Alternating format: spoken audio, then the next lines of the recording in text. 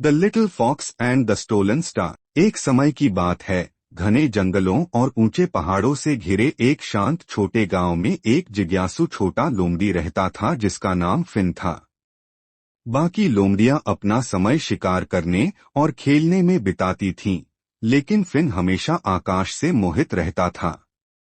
हर रात वह नदी के पास एक चट्टान पर बैठकर झिलमिलाते तारों को देखता और सोचता कि उनके परे क्या है। एक शाम फिन ने कुछ अजीब देखा। जहां पहले चमकते तारे थे, वहां अब केवल अंधेरा था। उसने हैरानी से अपनी आंखें झपकाईं। तारे कहाँ गए? उसने खुद से फुसफुसाया। सच्चाई जानने के लिए दृढ़ निश्चय करके फिन जादुई जंगल की ओर निकल पड़ा, जहां कई रहस्यमयी जीव रहते थे। जैसे ही वह ऊंचे ऊंचे पेड़ों के बीच से गुजरा, उसे हवा में कुछ फुसफुसाहट सुनाई दी। तारे गायब हो रहे हैं, एक हल्की आवाज आई। फिन ने आवाज की दिशा में अपने कान घुमाए और देखा कि एक छोटी सी उल्लू शाखा पर बैठी थी। तुम कौन हो? फिन ने पूछा। मैं ओलिवर हूँ, रात का रक्षक, उल्लू ने जवाब दिया। और मुझे चिंता हो रही है। हर रात और भी तारे गायब हो रहे हैं। फिन की आंखें चौड़ी हो गईं। क्या तुम्हें पता है कि उन्हें कौन चुरा रहा है? ओलिवर ने अपना सिर हिलाया। पूरी तरह से नहीं, लेकिन मैंने एक छायादार आकृति को पहाड़ों की ओर उड़ते देखा है जब तारे गायब होते हैं। फिन को रोमांच का एहसास हुआ। रहस्य हल करना था। मैं पता लगाऊंगा कि तारे कौन चुरा रहा है, उसने घोषणा की।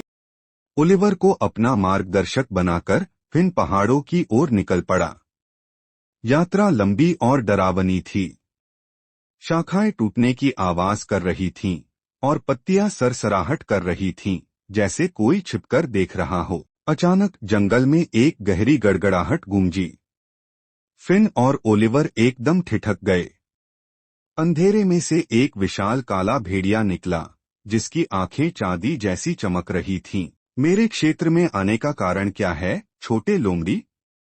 भेड़िए ने गहरी और गूंजती हुई आवाज में पूछा। फिन ने डर के बावजूद हिम्मत नहीं हारी। हम उस प्राणी को ढूंढ रहे हैं जो तारों को चुरा रहा है। भेड़िए ने सिर टेढ़ा किया। तारे चुरा रहा है? उसने कुछ पल सोचा और फिर एक लंबी सांस ली। सिर्फ एक ही प्राणी इतना शक्तिशाली हो सकता है, शैडो रेवेन। वह सबसे ऊंचे पहाड़ की चोटी पर रहता है। फिन और ओलिवर ने एक दूसरे को देखा। तो हम वहीं जाएंगे, फिन ने कहा। भेड़िया हंस पड़ा। बहादुर छोटे लोमड़ी, लेकिन सावधान रहना। शैडो रेवेन कोई साधारण पक्षी नहीं है। वह तारों की रोशनी से ताकत हासिल करता है। फिन ने भेड़िए का धन्यवाद किया और यात्रा जारी रखी। जैसे जैसे वे ऊंचाई पर चढ़े, रास्ता और भी कठिन और ठंडा होता गया। तेज हवा चट्टानों से टकरा रही थी, जिससे चलना मुश्किल हो रहा था। आखिरकार घंटों बाद वे पहाड़ की चोटी पर पहुंचे। वहां काले टेढ़मेढ़े शाखाओं से बने घोंसले के बीच एक विशाल काला कौआ बैठा था। उसकी पंख रात की तरह काले थे और उसकी आंखें नीली रोशनी में चमक रही थीं। फिन ने हिम्मत जुटाकर आगे बढ़कर पूछा, शैडो रेवेन, तुम तारे क्यों चुरा रहे हो? कौए ने एक तेज चीख निकाली। क्योंकि मैं अंधकार में पैदा हुआ हूँ और हमेशा छाया में रहा हूँ।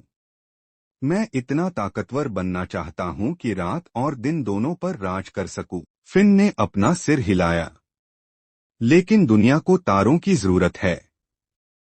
उनके बिना रात खाली और नीरस हो जाएगी। कौए ने अपने विशाल पंख फड़फड़ाए। मुझे परवाह नहीं।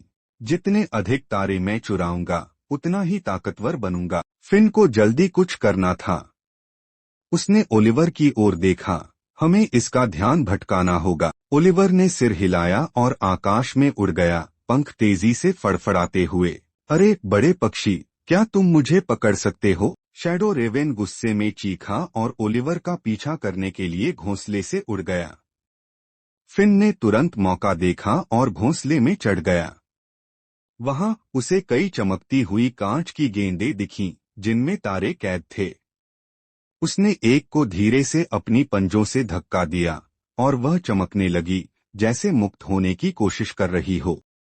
फिन को एक उपाय सूझा। उसने पास पड़ी एक नुकीली चट्टान उठाई और पहली कांच की गेंद को तोड़ दिया। तुरंत एक तारा आसमान में उड़ गया और अंधकार में रोशनी फैल गई। उत्साहित होकर फिन ने एक और तोड़ी, फिर एक और, जब तक कि पूरा आसमान फिर से चमकते तारों से भर नहीं गया। शैडो रेवेन ने गुस्से से चीखते हुए कहा, नहीं।